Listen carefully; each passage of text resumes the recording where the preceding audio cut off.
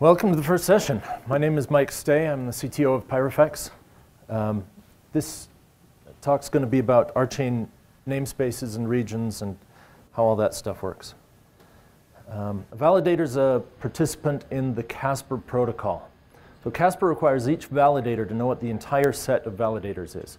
This is something that we argued a while about. We have another notion of grouping together validator sets that's orthogonal to what we'll talk about here, that allows us to combine different blockchains and some other stuff, but that's outside the scope of this talk. So in this talk, validators, participant, everybody knows about everybody else. Let V be the set of validators. So then we have a non-empty finite set R of regions. So we may have 10 regions, may have 100. That number hasn't been decided yet. But then this function, little v, assigns to each region some non-empty set of validators. So that's the positive power set there. We say a validator inhabits region X if v is in v of X. Regions get to set slashing criteria on the validators that inhabit them. So essentially performance criteria. They have to be up to the job of doing the validation, otherwise they get kicked out. Oh, they may also get kicked out for equivocation.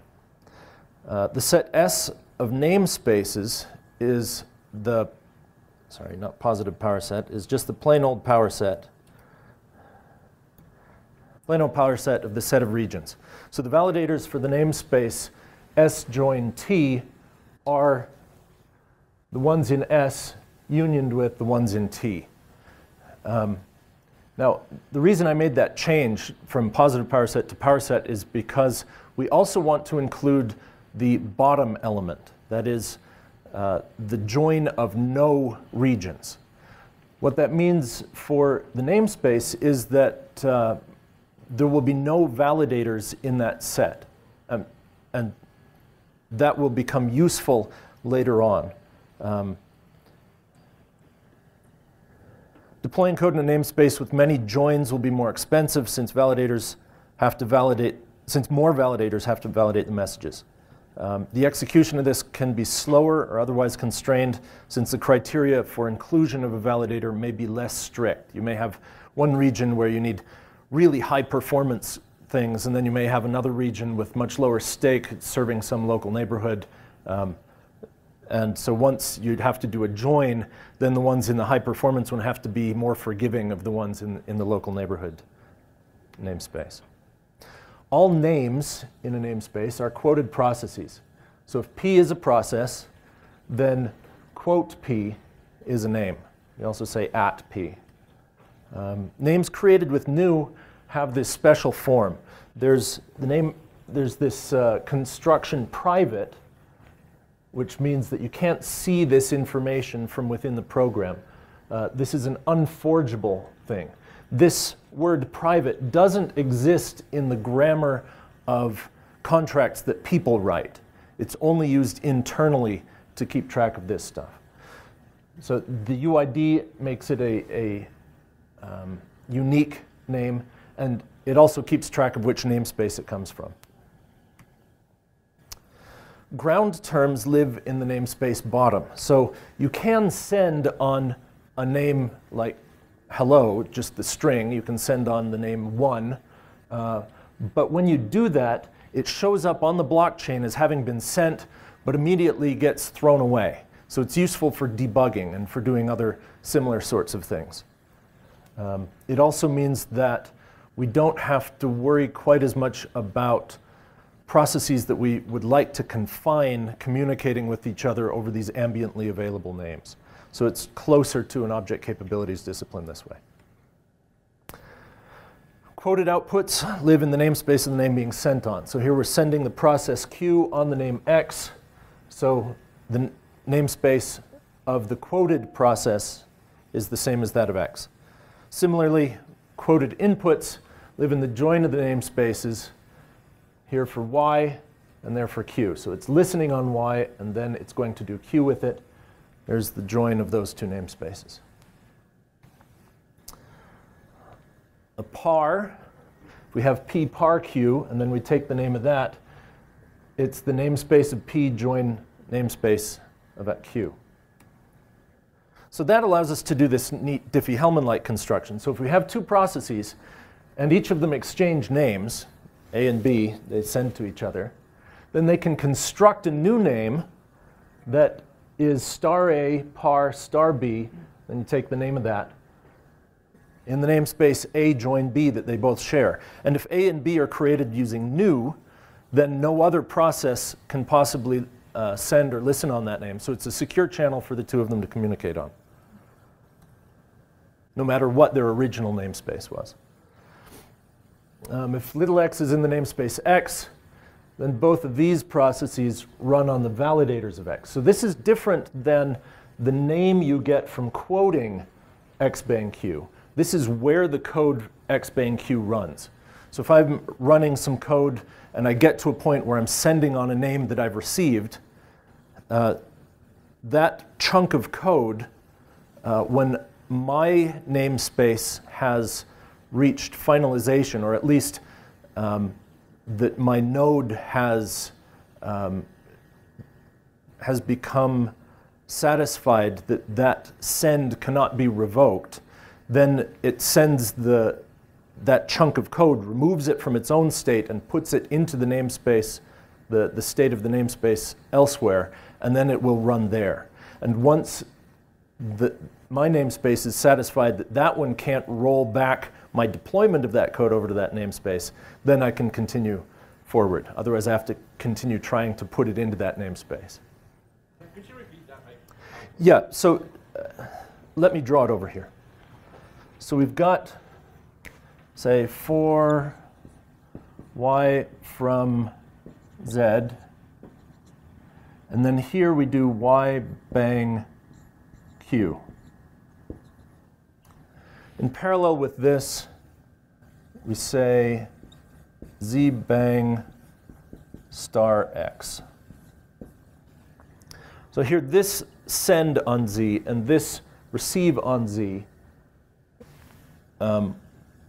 synchronize, and this evolves to x bang q.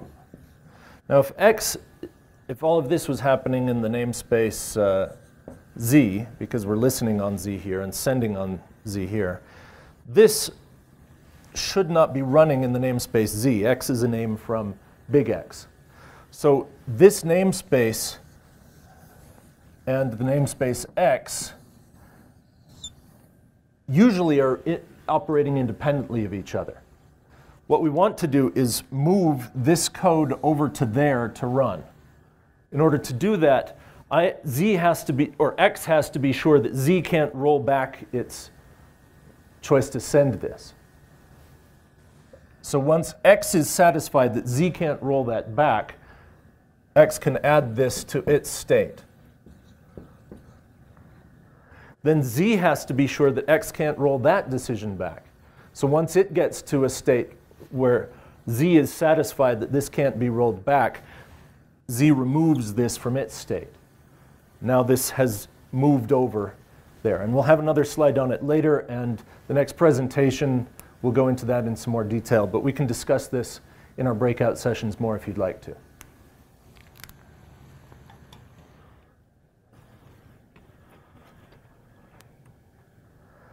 Joins between names that are not in the same namespace is a type error. So if we have over here for a from little x, b from little z, do some process p, this is not allowed because little x lives in big X namespace and little z lives in big Z namespace, and they're largely independent of each other. We don't have a notion of a join block between namespaces. This is the only way that two distinct namespaces interact.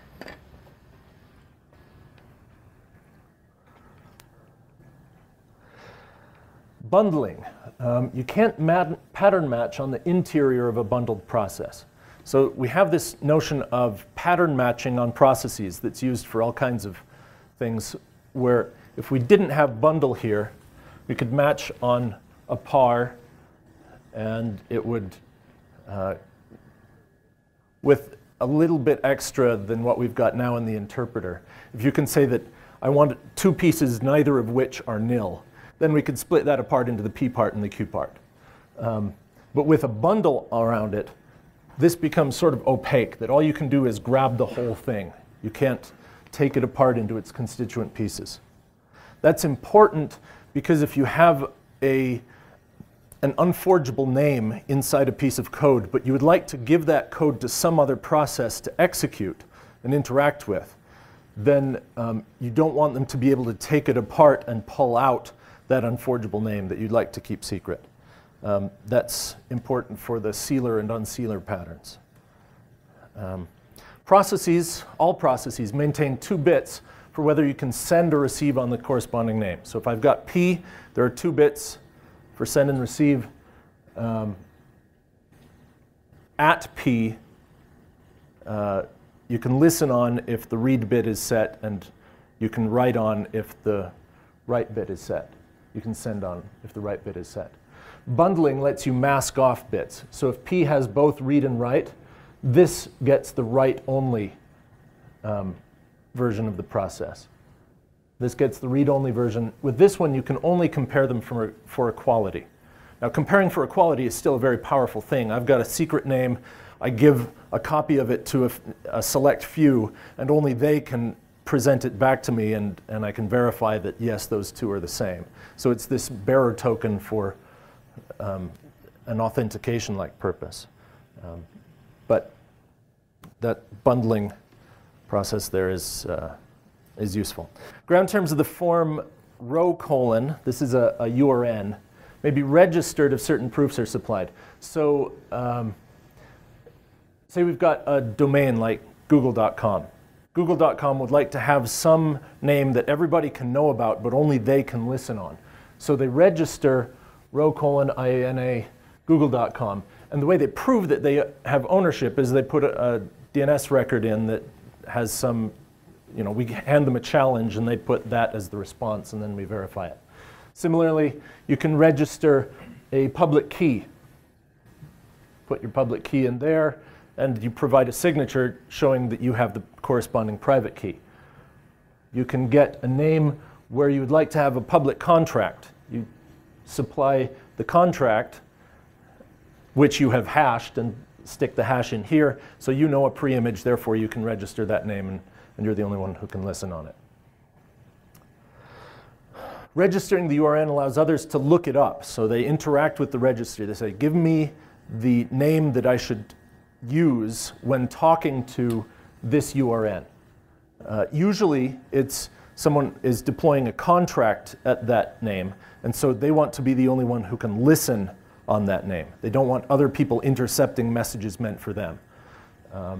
So when a client of that contract talks to the registry, they get a name that can only be sent on, with one of those bundle pluses around it.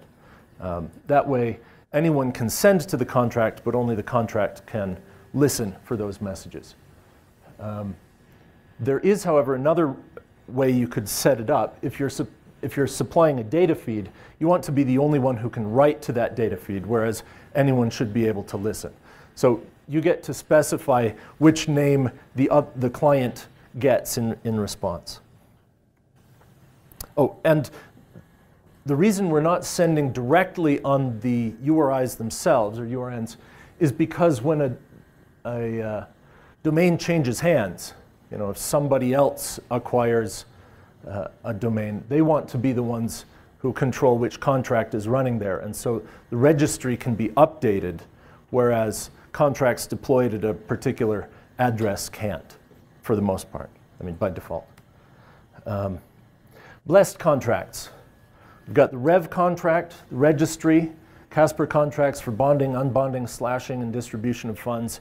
These are all blessed contracts in that they don't require Rev to run, or phlogiston. Every node has to implement them. It's just part of running the software.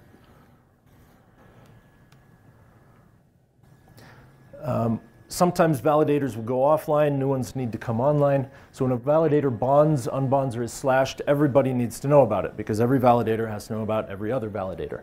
Now, the simplest way to do that would be to publish a transaction in the top namespace. But that's not technically necessary and requires a lot of validators to participate in it. What you can also do is send lots of independent transactions to namespaces that are high enough. And by high enough, it's, say, namespace A, we suspect of having a coalition of validators within that namespace that will reject things they don't like, and one of those validators is to be slashed. If we just did it in the namespace A, they would reject that and continue processing, and it would cause problems. So we want to do it in a namespace that's the join of enough that any particular namespace, if we suspect it of having a coalition, can't overpower that transaction or reject it, but not necessarily at the very top where everybody's participating. That's all I've got for the regions and namespaces, but I'd be happy to answer any questions that people have. Oops. Oh, well. There we go. There's a mic. Yeah, there's a mic there on the side if you want to use it.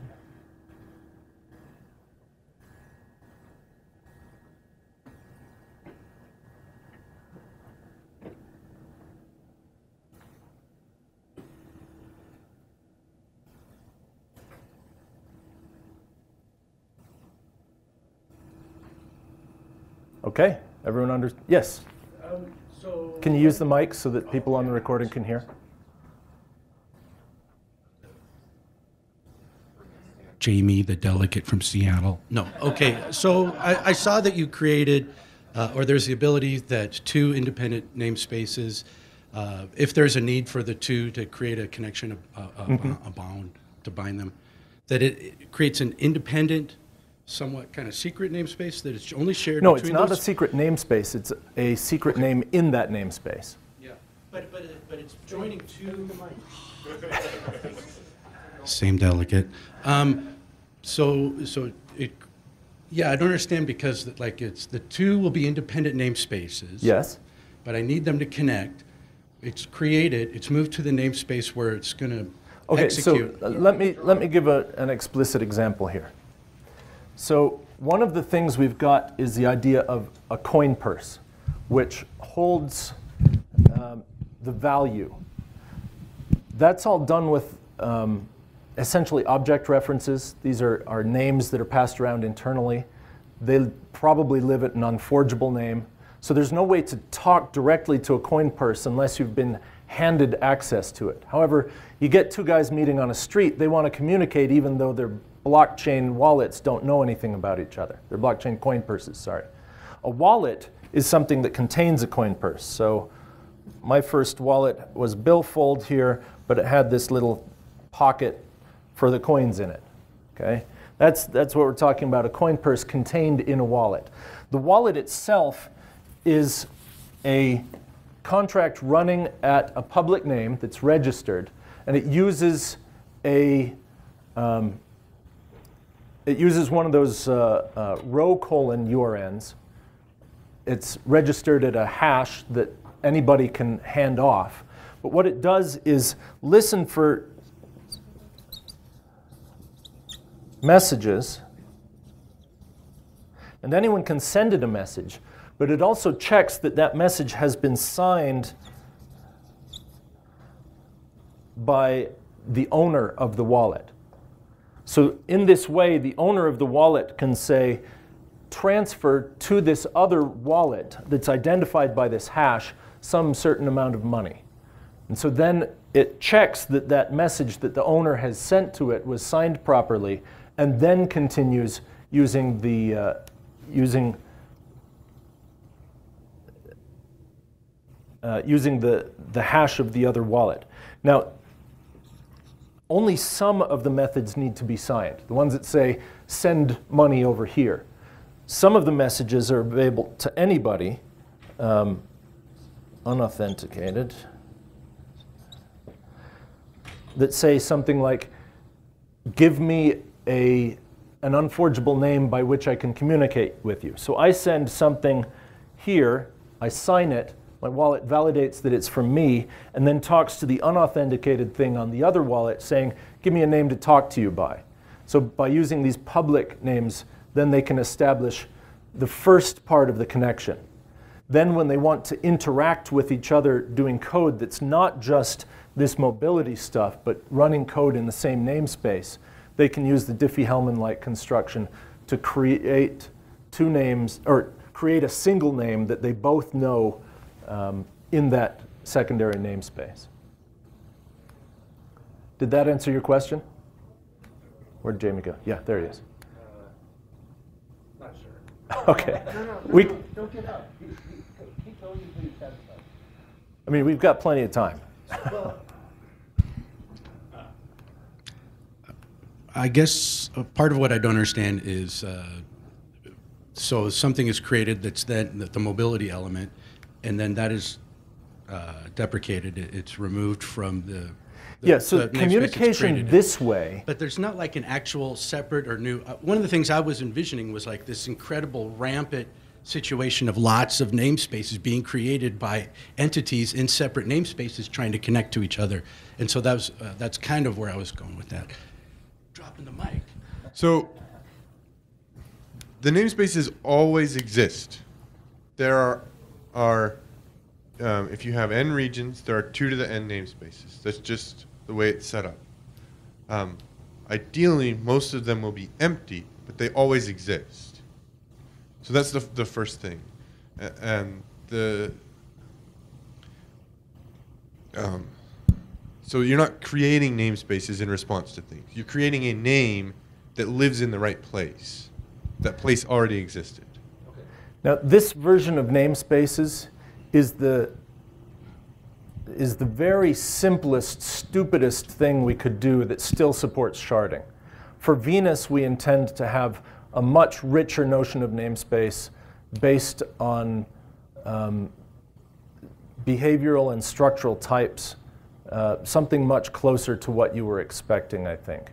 But this suffices for getting the network up and being able to shard and do that. And since we have such a tight deadline of the end of this year, this is the one that we're adopting.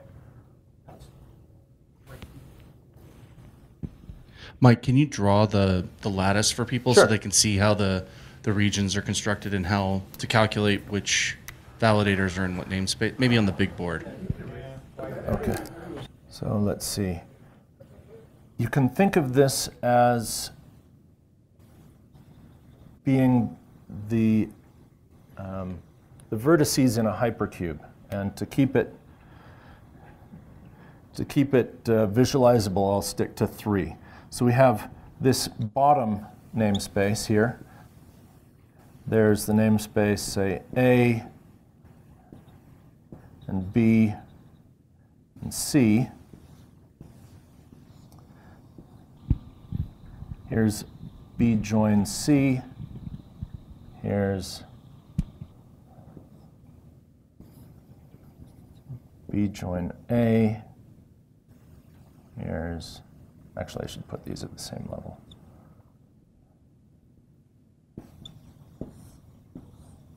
And here's A join C. And then each of these, there with top. So here is the top face of the cube, here's the bottom face of the cube, and then various sides. If you have n of these, there are going to be 2 to the n vertices in this cube. So in this case, there are 3 regions, and we generate 2 to the third is 8 namespaces. What are the A, B, and C going to typically represent? Right, those are the regions, right? Yes, these are the regions. Regions, we haven't decided what exactly the regions are going to be. One reasonable proposal would be to have them be geographic regions. So like North America East, North America West, Europe, Asia, something like that. But there's also the possibility of having local neighborhood regions that could be added. We haven't decided yet. We know that Pyrofex is intending to deploy hardware to serve at least some initial subset of regions. So one thing that's critical to making this work is to remember that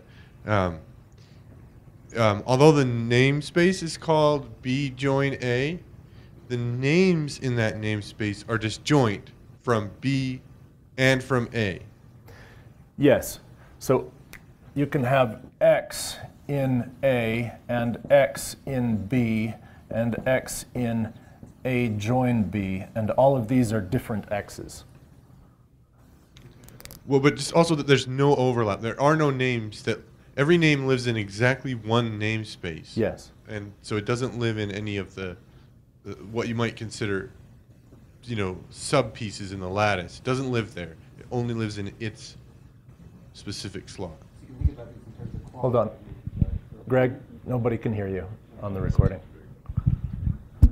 So you can think about these as qualified names, right? So a fully qualified name mentions the region in which it's residing. I think Pavel had a comment. It was more a question than a comment, and please don't facepalm because I was late 5 minutes. So I have a very basic question: how the name becomes part of the namespace? Like, what's the construct? Like, how it's like? Well, for names declared with new, they look like private UID and namespace. Private is not something that you can type into a contract, so this is unforgeable in the same way that you can't take an integer and turn it into a Java reference. This is the integer in that example, and this private construction is how the state of the blockchain represents the reference. No, I think my question was more general. So if I create a name, if I use a name, it automatically is some part of a namespace, or it has to be used as private keyword? This private keyword isn't part of the grammar, so it's not something you can type. It's just what's stored on the blockchain. Kyle? How would you write code that got a name in a particular namespace? I think is what he's asking. Like, show him the new syntax, the straw man. Okay. So at deployment time, you can choose a namespace for your contract to run in. That will usually also involve interacting with the registry to get a particular name there. But let's say you've already got some code running in namespace A. Then you can say new x:b in xbang q. So this creates a new name in the B namespace. And then you can send on it. And then this code will do that code mobility thing that I drew earlier and move it over there once it gets to that point. What's the motivation for putting name and then namespace as opposed to namespace then name in new? It's like a type. Okay. It's the beginning, very, very, very beginnings of a type. Okay. Yeah. So yes, it's the beginnings of a type, and in math, they tend to put the type after the thing. In C-derived languages like C++ and Java and so on, they tend to put it before.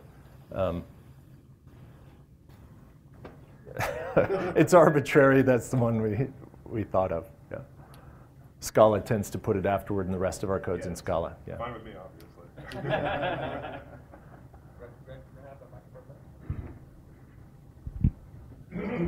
So I think I have it all right, understood, but just one question. So namespaces, if I understand correctly, they are bind to regions, right? Like how the namespace is constructed depends on how many regions we have? Yes. Okay. So Gary is watching online and has a question for you to go back over bundling and why do we need it? Sure. So in the language, we have a construct match P case and then some pattern. So often we'll use, say, a list. So this says if the process P is a list containing exactly two elements, the first of which is the string foo, the second of which is some variable, is some other value, and we're going to bind this variable to that process. Then we're going to do Q with it, and Q presumably will mention arg1 here. So this is similar to the switch case statement in a language like C or Java. It's much closer to the pattern matching abilities of Scala. But this is called a destructuring assignment. It takes apart P and binds this variable to some part of it. Now, this pattern language is not just lists or data structures. It's the entire grammar of the process. So if I had some process like this one for k from x, if k double equals secret, then Q. This is something that we don't want to leak. Now you can view this on the blockchain, but it's going to be of the form private something or other, so nobody can make this. But if they said match P case this thing, secret is now a free variable, and it's comparing this to the process it received, and then in here, this process R can mention secret, and it has extracted that from the code. We want to prevent that. So what we do, if we ever want to send code that looks like this thing here with a secret in it, we say bundle this with some other thing. No, I guess we don't need the some other thing. All we can do is grab this as a whole. We can no longer take this apart and extract secret. This new process behaves exactly the same as this one, but you can't do a match case on it. Henry? So am I right that essentially this is like the attenuator for authority in that sense? Yes. Yeah. It attenuates the authority to do destructuring bind, destructuring composition. It also gives us a place to stand so that if we quote this thing, we have a way to do plus or minus or 0 to attenuate the ability to send, receive on the name. So bundle is an attenuator in that sense.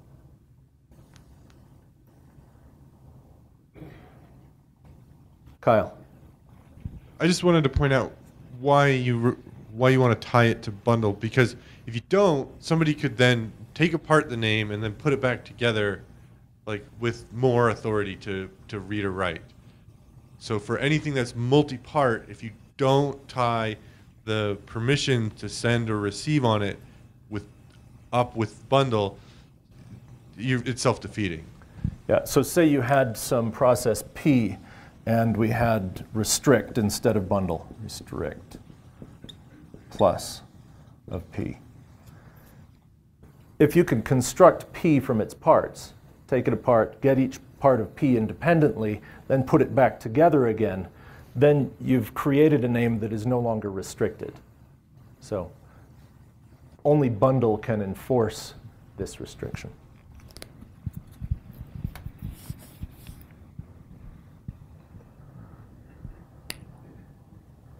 Yes?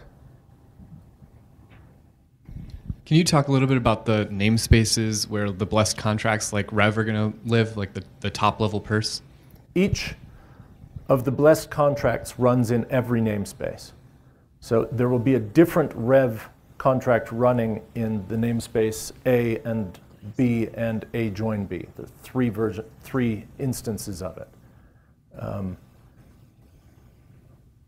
They're necessary because they I mean, it's necessary to run them in each namespace because each of those blessed contracts are necessary for the operation of the blockchain.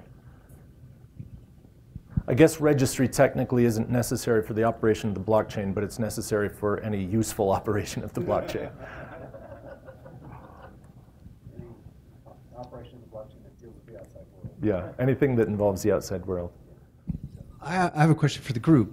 How many people feel they could walk out of here and say, yep, I got namespaces. I get it. I'm comfortable, I'm happy.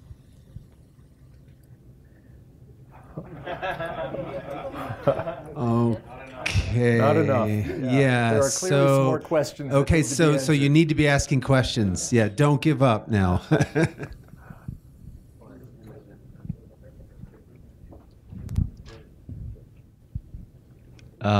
So I'm sort of understanding namespace as some sort of execution environment where you can access these different names. But when you're saying that the names are disjoint for every namespace, then what is this hierarchy really for? I mean, the validators are accumulating as you go up, or they're sort of being ordered by inclusion. But what about the synchronization between different namespaces, the mobility that you were talking about? Is that also something that's going to happen on a level up? So when I wrote X in A and X in B and X in A join B, what I meant by X was if you say new X while running code in any of these spots, or if you explicitly said new X colon A, this X is only bound in here. What actually gets generated there is something in the form private UID namespace. And because they all have these different UIDs, they really are distinct. It's just that the name I'm using within this block happens to be the same. It's just as, I mean, this X in this block is, despite living in the same namespace, is different from the X in this block. They will have different UIDs. Does that help with what you were asking? Is there? No, he's asking about the lattice.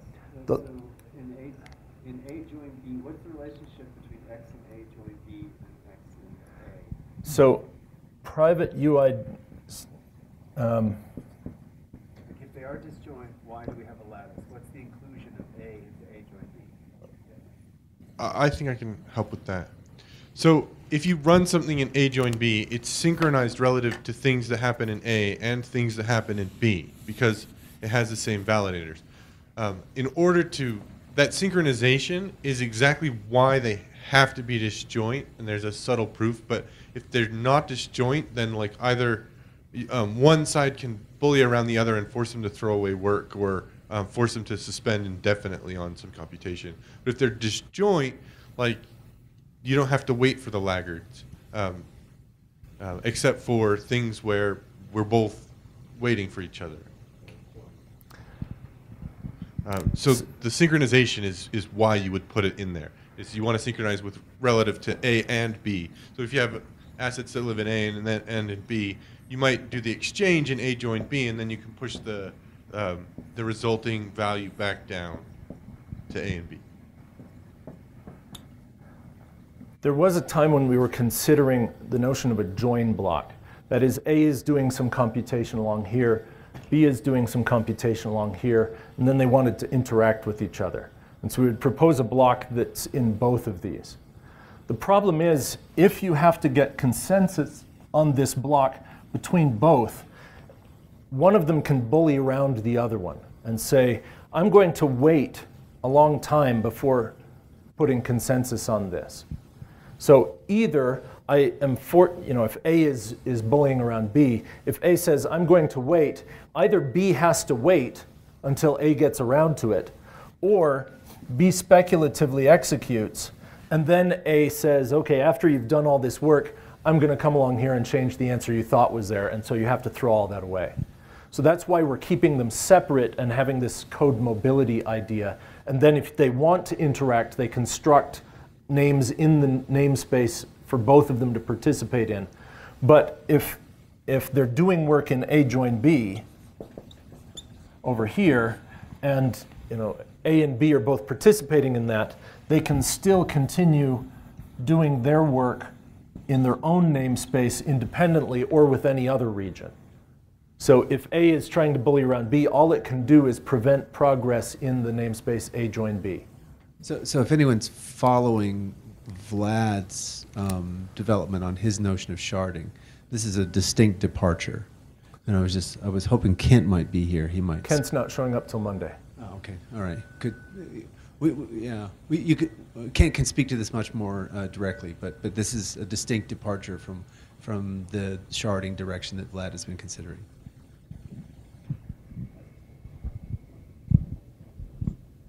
So how are the namespaces A and B informed by what's happening in A join? There's a set of validators corresponding to A. There's a distinct set of validators corresponding to B. Both sets of validators together validate the things in A join B. Does that answer your question? It feels like it's the beginning of an answer. So I have some exchange happening in A join B, and it refers to the assets in A and in the assets of B. And so how is the information that an exchange has happened, for example, in A join B, being transmitted back to A or back to B? The way that you would do it is you would move the assets from A to A join B.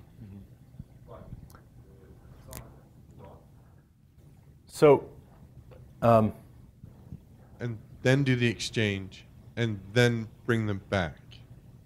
So for example, there's a cell contract that you can find that we've gone over before in other spots, but the signature looks like cell get set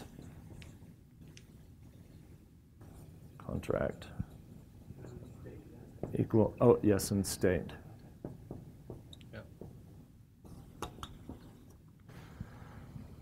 And in here is the code, but these names are how you interact with the cell.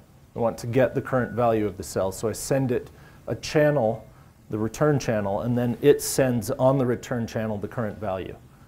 For set, it reads the value of the state and then puts the new value on that channel. State is the namespace in which the value of this is a name in the namespace on which the value of the cell is resting. So if in here we had if we had one more comma move,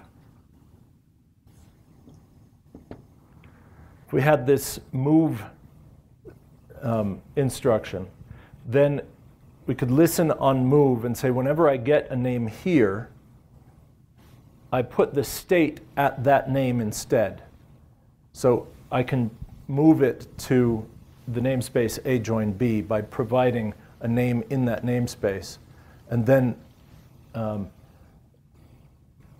send back to the invoker of move new get, set, and state names to interact with it in that new namespace. So there's a way of reissuing this contract in a new namespace. That's an interesting departure from the way Ethereum does it. The only way you get a contract running on Ethereum is by deploying it. In our chain, you can create a contract and deploy it, but the continuation of the contract can contain many other contracts, and those contracts can move around between namespaces, can go all over the place. So it's possible to move where a contract is running, to move where code is running. Now, the reason that you would want to put it in the namespace A join B, rather than only doing this code mobility thing that I drew earlier, is that for code mobility to happen at all, you need to reach something, finalization suffices, but something close to it, where nodes judge it as being safe to act on it. Whereas things in here, you can run as far forward as you want and have both of them interact and roll back and do things together, achieving consensus there much more quickly than you could before. I mean, could by interacting between the independent namespaces.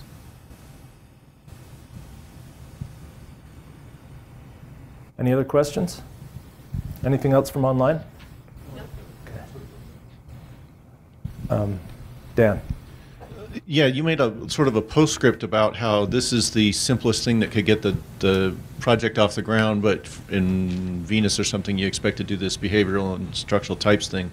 That might have been, if you're doing this publicly, please make that a preface instead of a postscript. Okay. Because I had been sort of looking at this namespaces as these types and things like this, and then I saw this, and it's like, are we still, you know, is this a different use of the word namespaces? Are we still, you know, so. So when there are a couple of different conceptions that are going on here.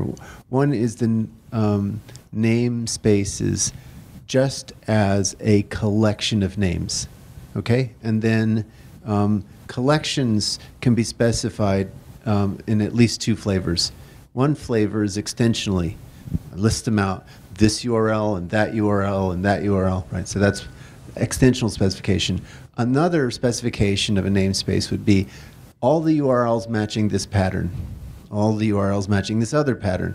That's intentional descriptions of the collection, right? So the namespaces paper, namespace logic, describes that.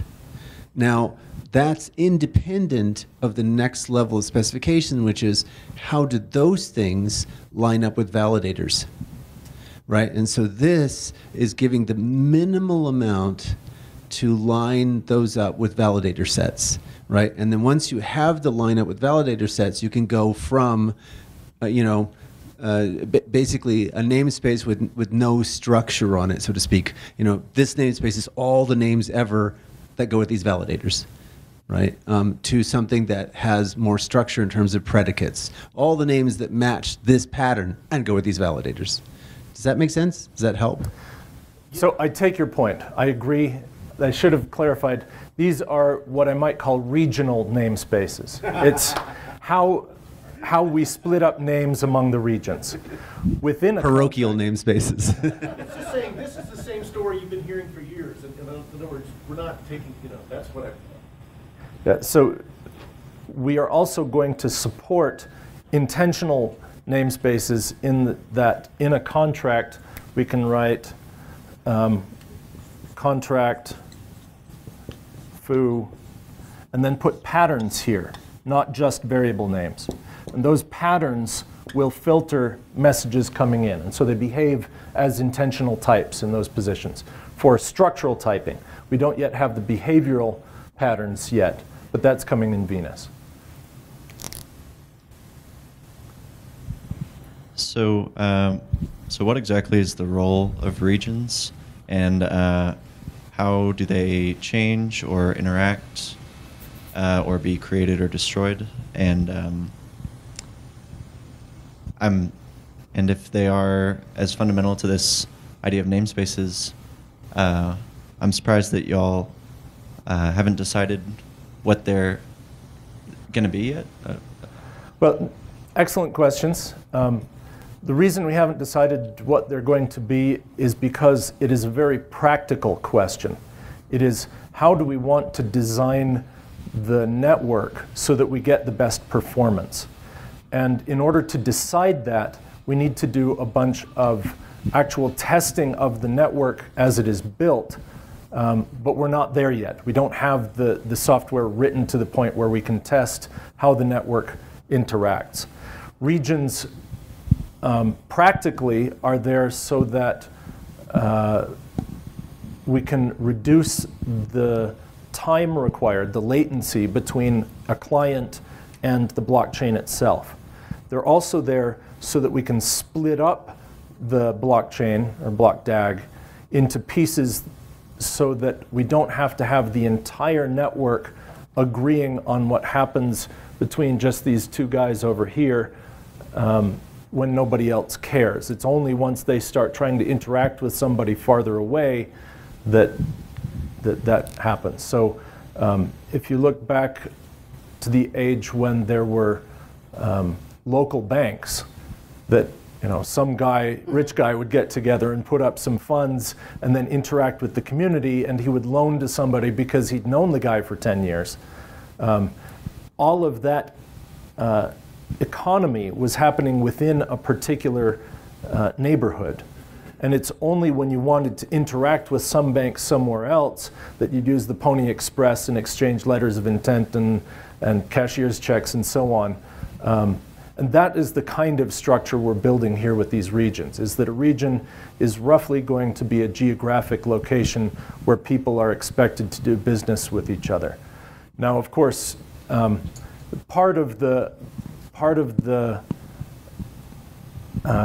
attraction of this blockchain is that you can do business with anybody anywhere. So we also are considering the idea that regions can be organizationally based, that a global business may have its own region for internal operations that it's doing between its arms. So these are considerations that we're thinking about, but until we've got a test network up to play with, they're really hard to decide on what's going to be best for the system. I mean, in typical network design, this is very much a tunable parameter, right? Sharding geographically, sharding in terms of business, sharding, by last name. These are tunable parameters that are, really you discover, and we don't have enough up and running to be able to discover the kinds of things that we need to discover about, how to lay this out against actual usage. I want to just throw out here in connection to kind of a pet idea of mine that I think when we start talking about the staking validators in the Genesis blockchain, that's a significant opportunity for the Archain network. It's probably one of the most important decisions that we make with respect to securing the network. And I think we should be looking at how to secure that across lots of different ways of carving up that space. So for example, we might have cities around the globe be staking validators. We might have other kinds of governmental layers be staking validators. We might have high-profile individuals be staking validators. Jay-Z, Bernie Sanders, right? and I'm not joking. But the reason is because you want visibility, like vested visibility on the network. And so these different considerations are going to also turn into how we tune how these regions lay out. Does that make sense? So another thing we can do is, if we want to divide by region, that's great. If we want to divide by org, that's great. We can take the product of the two and get a set of regions this way, or 3 or n different ways of doing this. So we can create lots of different regions if we want to. I think this has got to be the last question because we're running out of time. Okay, this might be kind of basic, but is it possible to have multiple namespaces joined? I mean, the examples we're using are pretty basic. Sure, if we have B and C, but it could A be join A and B, B and join Q. C and B join D join F, we can join these to get A join B join C join D join F. Those are 3 different ones. Yes, this is one namespace. This is another namespace. The join of those two is this third namespace. And you have all of those, right? Like yes, from all the of these beginning, exist. you get all the combinations of all the regions in the lattice. So if we have 256 regions, there's no way that we can explicitly list these because there's 2 to the 256 of them. But at any point, some sparse subset of them will be in use. Great. Thank you very much. Hold on. So Yep. At this point, raise your hand if you feel like you understand. Slightly better. About double what it was before. Well, that's good. Thank you.